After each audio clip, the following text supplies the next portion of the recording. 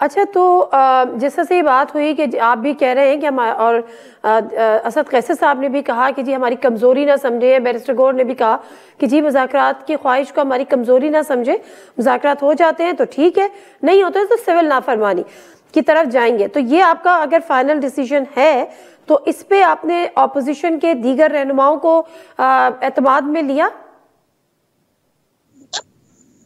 جی بالکل، اسد قیصر صاحب نے صحیح بات کہی. میں نے بھی گزشتہ روز یہ بات کہی تھی، عمر ایوب صاحب نے بھی آج یہی بات کہی کہ کمزوری سمجھ کے مذاکرات جو گزشتہ روز حکومت نے مختلف میڈیا ہاؤسز پہ بیٹھ کے حکومتی نمائندگان نے ایک نیریٹو ڈیولپ کرنے کی کوشش کی کہ شاید کوئی مجبوری ہے یا کمزوری ہے. کوئی مجبوری کمزوری نہیں ہے، کرنے کریں، نہیں کرنے نہ کریں، ہمیں کوئی کسی چیز کا بار نہیں ہے جی. دوسری چیز یہ ہے کہ جو اپوزیشن جماعتیں ہیں ان کو کانفیڈنس میں لیا جا رہا ہے، تمام جماعتوں کو سول ڈس اوبیڈینس کے حوالہ سے. آج کی جو ملاقات ہے وہ بھی اسی حوالہ سے تھی، اور آنے والے چند دنوں کے اندر آپ یہ دیکھیں گے کہ تمام اپوزیشن پارٹیز کے ساتھ ہم انشاءاللہ کانٹیکٹ کریں گے.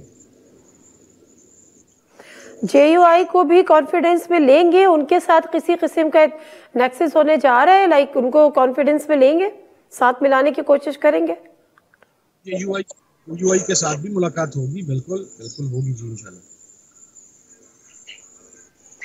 اچھا، اب معاملہ یہ ہے کہ عمران خان صاحب خود ابھی نہیں، کافی دن سے کہہ رہے تھے کہ ان کو یہ لگ رہا ہے یا ان کو یہ فیل ہے یا جو بھی ہے، یہ اطلاعات ہے کہ جی ان کا کیس ملٹری کورٹ میں چل سکتا ہے. تو اب معاملہ جو ہے، ایک امپریشن تو بہرحال یہ ہے نا، خاص طور پہ جنرل فیض حمید کے چارج شیٹ کے بعد جو ان کے اوپر فرد جرم عائد، کہ جی اب شاید اگلا مرحلہ جو ہے وہ عمران خان صاحب کا بھی معاملہ ملٹری کورٹس میں چلا جائے. تو یہ امپریشن پارٹی کے اندر ہے اس وقت، پی ٹی آئی کے اندر، یا آپ لوگ جو ملتے ہیں بات کرتے ہیں؟ نہیں جی، ہمارے پاس بڑی مستند قسم کی چیزیں ہیں اور دلائل ہیں کہ عمران خان صاحب کا ملٹری ٹرائل نہیں ہو سکتا. ہم کنوینس ہیں اس بات کے اوپر. باقی اگر آپ ماورائے آئین قانون کچھ بھی کرنا چاہیں تو اس کے اوپر اس ملک کے اندر کوئی روک ٹوک تو ہے نہیں جی. یہاں پر قانون یا آئین پر عمل کرنے پر ضرور آپ پر سختی ہوتی ہے، قانون اور آئین کو توڑنے کے اوپر آپ کی فیسیلیٹیشن ہوتی ہے. تو وہ اگر کوئی کرنا چاہے تو کیا کہہ سکتے ہیں ہم، لیکن میں نہیں دیکھتا کہ عمران خان صاحب کا ملٹری ٹرائل ہوگا جی. لیکن یہ خدشے کا اظہار تو خود عمران خان صاحب کرتے رہے نا، ہم تو نہیں کہہ رہے تھے. خدشے کا اظہار تو ظاہر ہے، بیک آف دا مائنڈ یہ چیزیں موجود تو ہیں تمام لوگوں کے، لیکن جو ریالٹیز ہوتی ہیں وہ بعض اوقات آپ اس میں غلط بھی ہو سکتے ہیں. جس طرح جب ہم ڈی چوک آ رہے تھے تو ہم تمام لوگوں کی یہ اسیسمنٹ تھی کہ ڈی چوک پر شیلنگ تو ہو سکتی ہے، ربڑ بلٹس تو ہو سکتی ہیں، لیکن لائیو بلٹس فائر نہیں ہو سکتی. تو وہاں پر ہمارا اندازہ غلط ثابت ہوا، لائیو بلٹس فائر ہوئیں، وہاں پر شاتیں ہوئیں، وہاں پر زخمی ہوئے.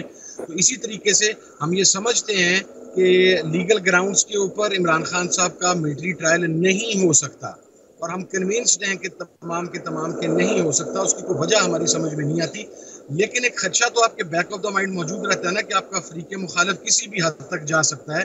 تو یہ بات اس تناظر میں کہی گئی تھی.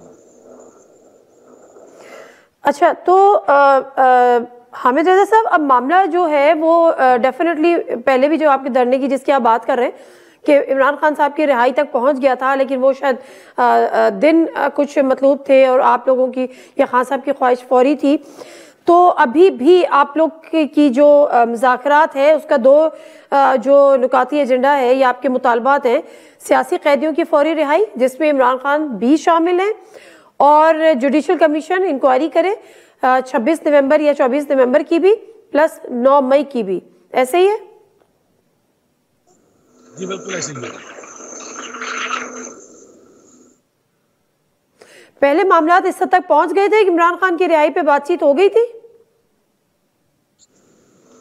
نہیں جی، میں نہیں سمجھتا کہ معاملات اس حد تک پہنچے تھے کہ رہائی کے اوپر بات چیت ہو گئی تھی. دھوکے باز ہمیشہ دھوکہ ہی دیتا ہے جی. وہ آپ ifs اینڈ بٹس کے ساتھ بات کریں، اگر مگر کے ساتھ بات کریں، ایسا ہو تو ویسا ہو جائے گا، وہاں پہ رک جائیں تو ہم سوچ سکتے ہیں. یہ باتیں میں کبھی ان کو سیاست میں اتنی سنجیدہ نہیں سمجھتا کہ آپ اس کے اوپر بلیک اینڈ وائٹ ایک سٹیٹمنٹ پاس کر دیں کہ جی بات ہو گئی تھی اور معاملات فائنلائز ہو گئے تھے. میرے نزدیک ایسی کوئی چیز نہیں ہوئی تھی. اچھا، تو ابھی تک جب سے مذاکرات ہے کسی قسم سے آپ لوگوں سے کوئی رابطہ نہیں کیا گیا گورنمنٹ سائٹ سے یا ادروائز؟ کوئی پیغام رسانی کچھ نہیں جی، نو، کوئی چیز نہیں جی، کچھ بھی نہیں ہے. ٹھیک ہے. اچھا ایک آخری سوال آپ سے جاننا چاہوں گی کہ پارٹی کے اندر خاص طور پہ 24 نومبر کے بعد یا 26 نومبر کے بعد پارٹی کے اندر بڑی کنفیوژن ہوئی. مختلف لوگوں نے مختلف بیانات بھی دیے. بانی پی ٹی آئی جو بانی چیئرمین ہے ان تک یہ باتیں پہنچی اور بشرا بی بی کے ساتھ جو طویل ایک ملاقات ہوئی اس میں انہوں نے کچھ اپنی ریزرویشن کا اظہار بھی کیا. فرینڈلی اپوزیشن کا رول پلے کر رہی ہے, اس حوالے سے بھی ان کے کچھ تحفظات تھے. تو یہ ہو کیا رہا ہے پی ٹی آئی میں, معاملات کچھ سدھرے ہیں یا ابھی تک وہی تھوڑی سی انتشار کی سی کیفیت ہے؟ دیکھیں جی, ایک سیاسی جماعت ہے, پاکستان کی سب سے بڑی جماعت ہے, اس کا قائد جو ہے وہ پاکستان کا سب سے بڑا مقبول لیڈر ہے. جب جماعت اتنی بڑی ہو تو اس کے اندر حکمت عملی پر اختلاف رائے موجود ہوتا ہے. میں تو یہ سمجھتا ہوں کہ پاکستان تحریک انصاف کو اس چیز کا کریڈٹ دینا چاہیے کہ وہاں پر بیٹھ کے آپ اپنی لیڈرشپ کے اوپر آپ کے ورکر کو یہ حق دیا جاتا ہے یا آپ کے جماعت کے اراکین کو یہ حق دیا جاتا ہے کہ وہ کھل کر اپنی رائے کا اظہار بھی کریں اور تنقید بھی کریں.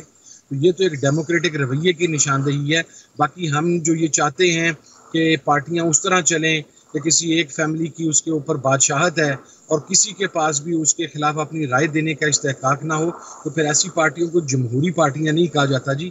یہ جو آمرانہ رویے پر مبنی سر یہ بات سر میڈیا نہیں کہہ رہا, خان صاحب نے تحفظات کا اظہار کیا ہے سر, پارٹی کے چلنے پہ, پارٹی کے چلائے جانے پہ, فرینڈلی اپوزیشن کی طرح پارلیمنٹ میں موجودگی پہ, یہ ان کے تحفظات ہیں. نہیں, وہ میرا خیال ہے کہ اخبار کی چند خبریں خان صاحب تک پہنچی, چونکہ ان تک میڈیا کی ایکسیس نہیں ہے اور وہ اس حوالے سے وہ خان صاحب نے بات کی ہوگی. لیکن ساتھ ہی اسی بات کے اندر انہوں نے یہ بھی کہا ہے کہ میں پارٹی کی قیادت کے اوپر عدم اعتماد کا اظہار نہیں کر رہا. اب دیکھیں نا, ہوتا یہ ہے کہ جو عمر ایوب کی تقریر ہے, جو ہم میں سے کسی کی تقریر ہے on the floor of the house, وہ میڈیا پر آنا تو دور کی بات ہے, وہ تو پی ٹی وی کاٹ دیتا ہے, وہ تو وہاں پر پبلش نہیں ہوتی. اب خان صاحب کو وہ آگاہی نہیں آئی اخبار کے ذریعے کہ کس طریقے سے تمام لوگوں نے حکومت پر, اب آپ کے پروگرام کے اندر بیٹھ کے میں جو گفتگو کر رہا ہوں یہ پروگرام تو خان صاحب تک نہیں پہنچ سکتا, نہ خان صاحب تک پہنچایا جاتا ہے. تو بیسیکلی شاید پرپز بھی یہ ہو کہ ایک ایسا اخبار جس کے اندر پارٹی کا یہ اس قسم کا موقف آ رہا ہو وہ چیز وہاں پر پہنچائی جائے. لیکن اس کے اندر جو اہم امپورٹنٹ چیز ہے وہ یہی ہے کہ خان صاحب نے قیادت پر عدم اعتماد نہیں کیا. ہاں, حکمت عملی پر خان صاحب کا رائٹ ہے, وہ جماعت کے سربراہ ہیں. ایگزیکٹلی, میں بھی حکمت عملی کی بات کری تھی, قیادت پہ عدم اعتماد نہیں کیا. درست. بہت شکریہ صاحبزادہ محمد حامد رضا صاحب آپ کے ٹائم کا.